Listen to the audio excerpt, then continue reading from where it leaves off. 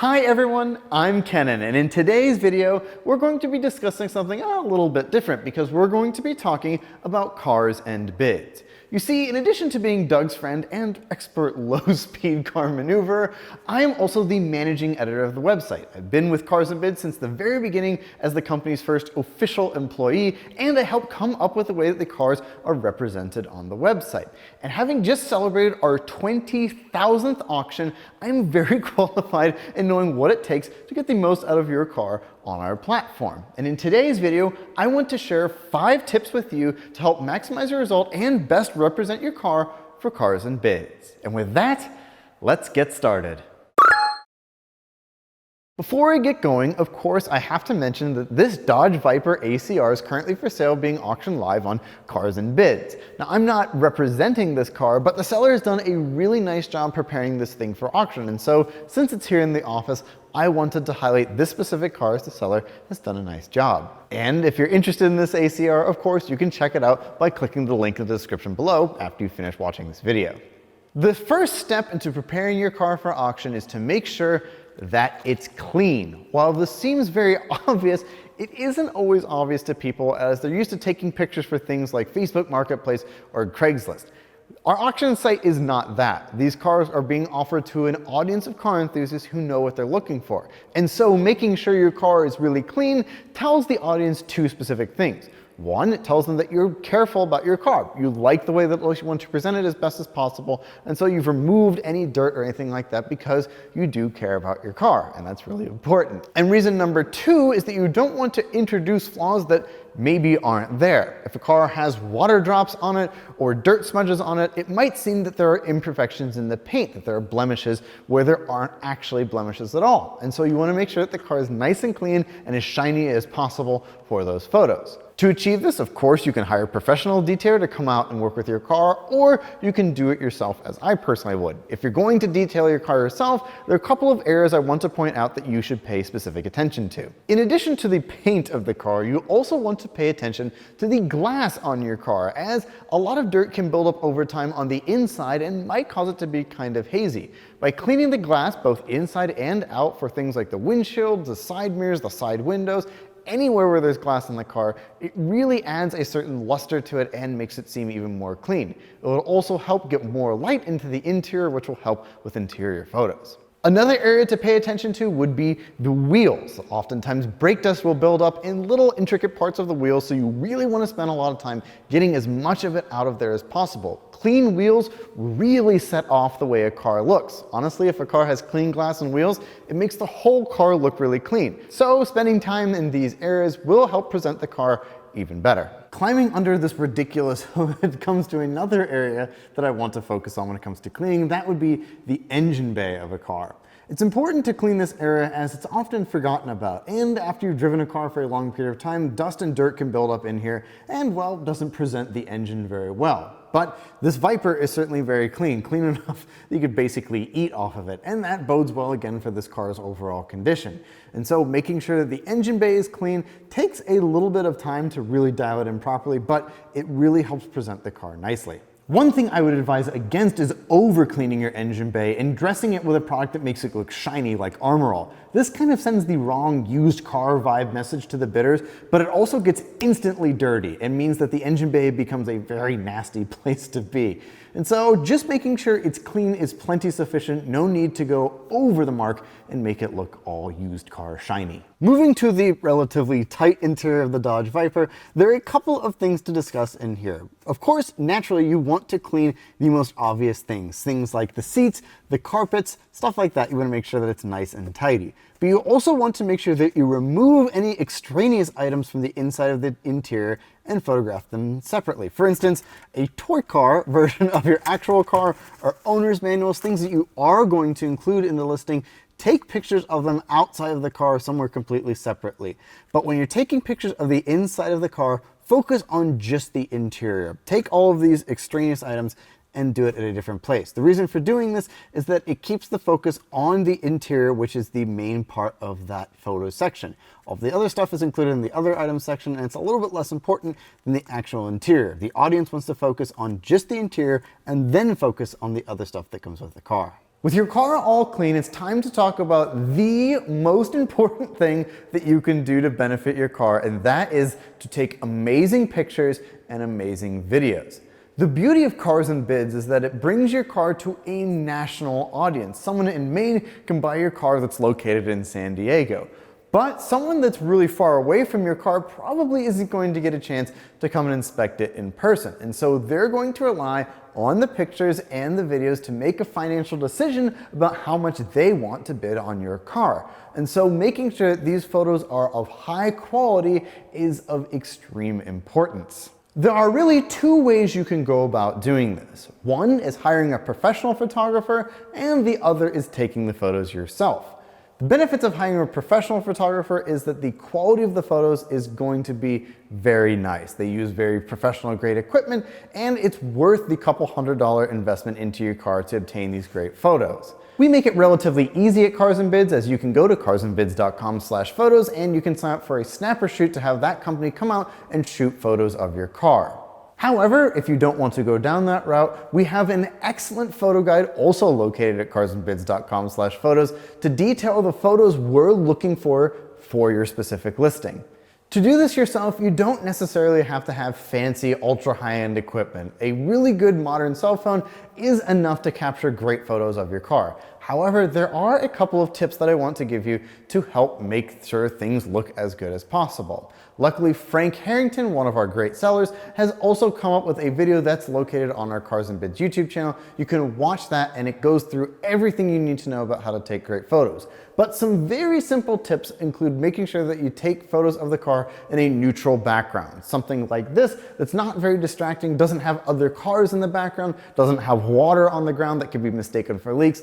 Things like that. You want to make sure it's very neutral, very simple, so it's not distracting from your car. We're not taking pictures of stuff that's going on around the car. The subject of the photos is the car itself, and you want to put that on center stage. It also really helps to take pictures of your car during golden hour. This is when the sun is either going down or just coming up, and it makes the whole car look more exciting. The light is much more flattering, and it helps make the car, well, pop out of the images. I would advise taking pictures more toward the end of the day, as at the beginning of the day, there's more moisture in the air, more dew and condensation, and that can cling to the car, which kind of negates the purpose of all the detail work you just put into it. And so taking pictures at the end of the day will generally ensure that your car looks great.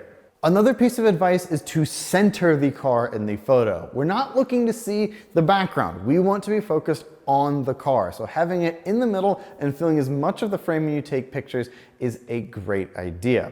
Leaving a little bit of room for cropping is certainly fine, but you do want to make sure that you're not focused on the sky or all on the ground. Put the car right in the middle of the frame, as that is what we want to see. Another small piece of advice is to make sure that your thumb stays away from the lens of your camera. I see this all the time and it's a huge pet peeve of mine, and I've encouraged our specialist team of auction writers to get rid of these photos altogether. Thumbs and pictures just don't look very professional, and so when we see them, well, we tend to just straight up delete them. So making sure your fingers are out of the way of the lens and that your lenses are clean, that you haven't smudged them with those same fingers, ensures that we get nice, clean pictures of your car. As for videos, it's really important to show your car doing a cold start. This, of course, really only applies to internal combustion cars, as, well, electric cars don't work the same way, but showing that the car starts just fine with the engine cold, there are no check engine lights when you go to do so, really makes a difference, and it shows people that the car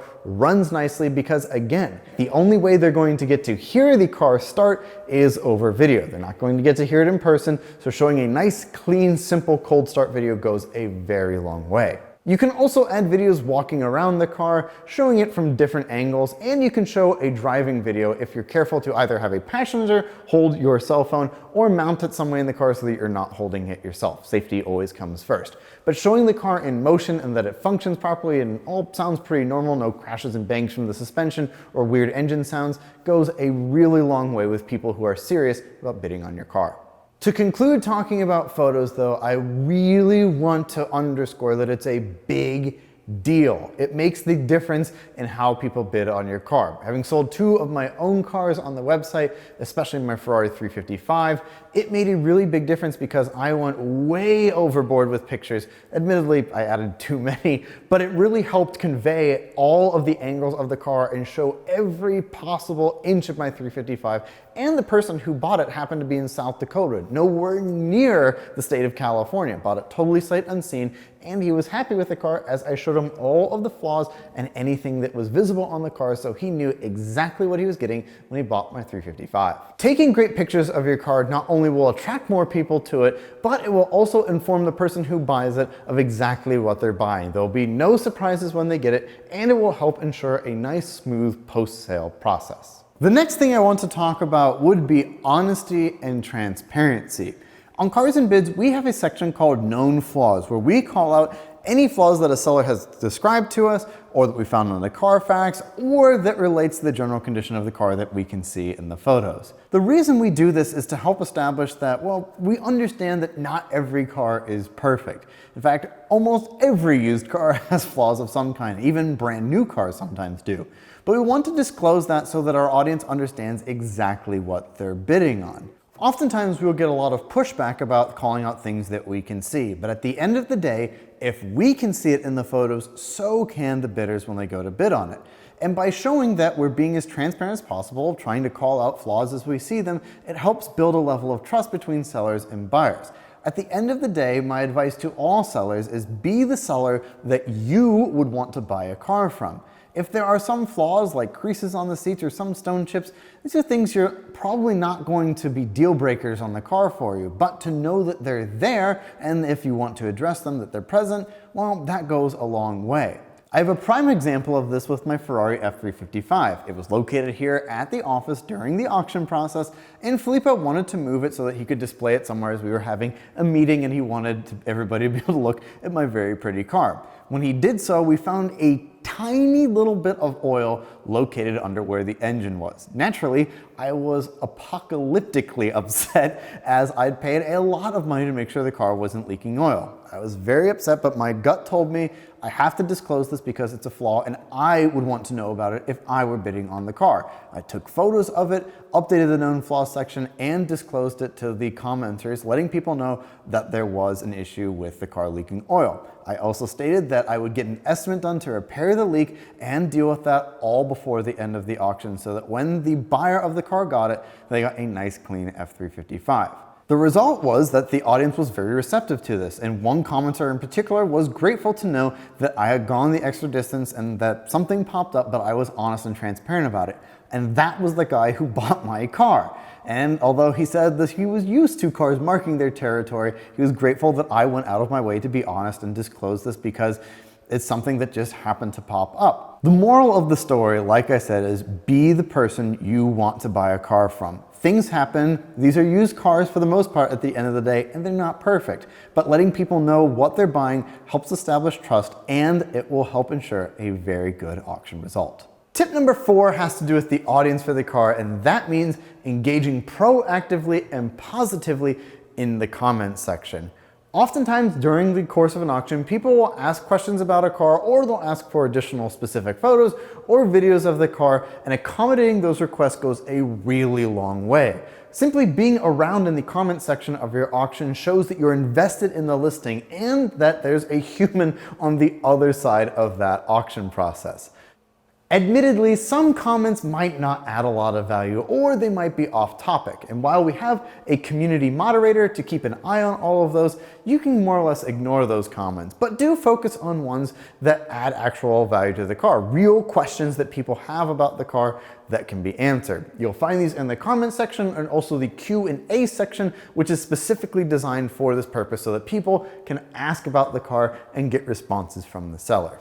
A good rule of thumb that I have with auctions is to comment at least once per day. Check in on your auction and make sure things are going smoothly. You'll receive emails anytime there are any comments, so it's very easy to follow up with these, but simply checking in by saying, welcome to day 3 of my auction. If you have any questions, I'm around, goes a really long way with people. Usually during the normal buying process of a car, you're able to pick up a phone and talk to the seller. You can't really do that on Cars and Bids. There's an exchange instead.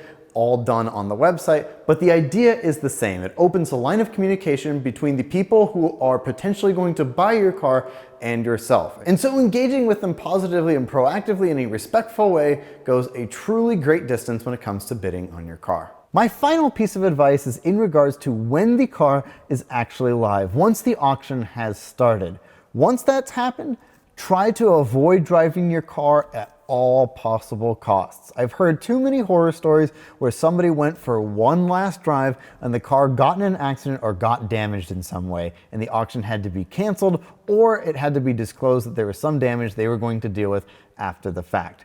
This is something you truly want to avoid, as it's a headache for both you and for the people who are bidding on your cars. They've gotten excited and you've invested all of this time and energy in getting this thing ready to sell, only to have to cancel the auction. That's never any fun. Granted, if a car is your daily driver and you can't avoid using it, just be extra careful with it during that week where the auction is live and try to avoid taking it in places that are high risk for accidents. My advice is that once the auction starts, treat the car as though it's already sold, that it already belongs to somebody else. You're merely just taking care of it until they can come and pick it up. Granted, if the car has a reserve on it and doesn't meet the reserve, it's still your car at the end of the day, but that's not the goal. The goal is to sell the car, and to avoid having to cancel a listing after you invested all that effort, well, my best advice, just leave it in the garage and look at it one last time. And those are my 5 tips to help you best represent your car for auction on Cars and Bids.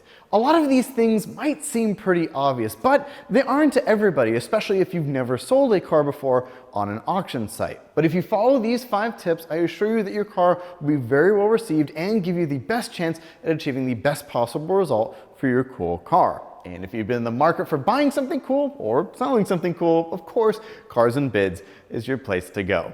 Thank you all so much for watching, and I will talk to you very soon. Goodbye.